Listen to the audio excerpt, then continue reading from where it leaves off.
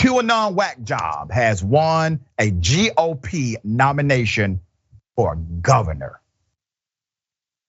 Wow. Maryland. All right, let's put him up.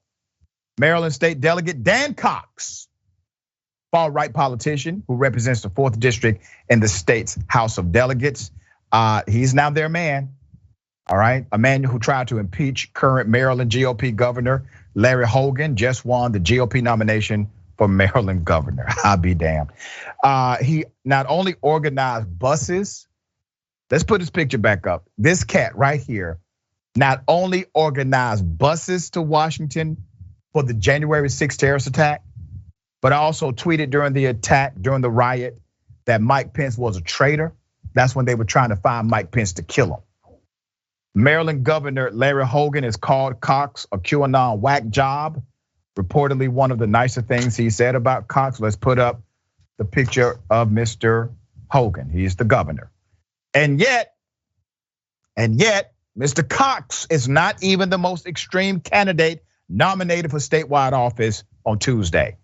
Cox won the GOP gubernatorial primary Tuesday night, supported by former President Donald Trump, and big spending by Democrats, and his coattails helped his friend and ally, Michael Peroutka, a Christian nationalist and former board member of the Neo-Confederate League of the South, whose extreme views are almost too numerous to enumerate. So he took all of that and he won the GOP nomination for what? Attorney General, all right? Mr. Michael Peroutka, Maryland politician, lawyer, and neo-Confederate. All right, there he is. Look at that. He believes public education is a communist plot. He has argued against lawyers protecting both gay marriage and abortion because they violate God's law. That man is the damn nominee in the GOP for an actual important position. He also doesn't like the term neo-Confederate, but it's the neo part that he takes issue with. He calls the term a code word that's meant to stir up hatred against us. If anything, I want to just be called a true Confederate, he said. All right. Yeah, this is happening. It's going down. It is what it is.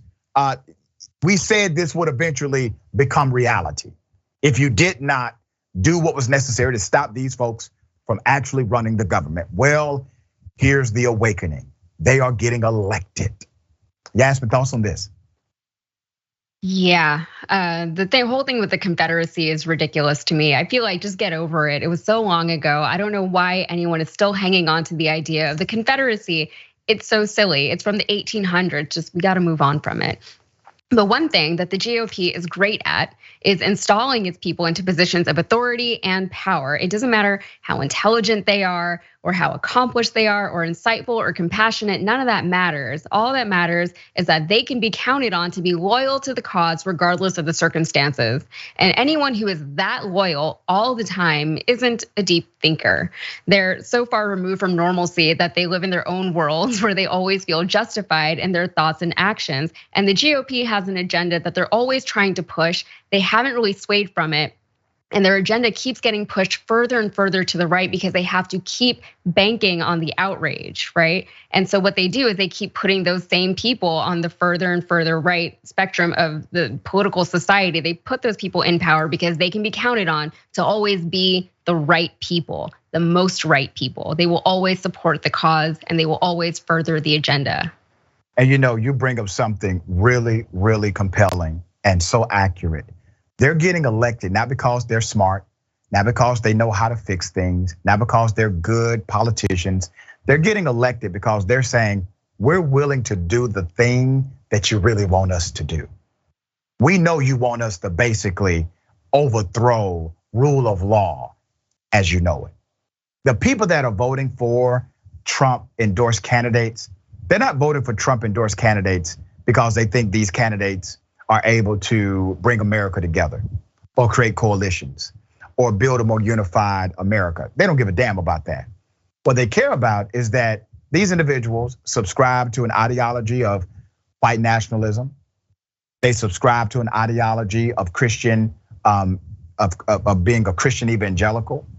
where they are trying to adopt theocracy rather than a secular government as the ones who framed the Constitution desired.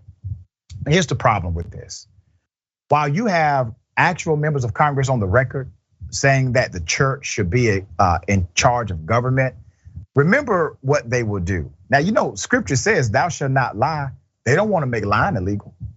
The scripture says thou shalt not commit fornication. They're not going to make fornication illegal, okay? They said, hey, we only want to harshly regulate women and those who are members of the LGBTQ community. They are selective here, but that's the kind of government they want to bring to you. We got to stop it.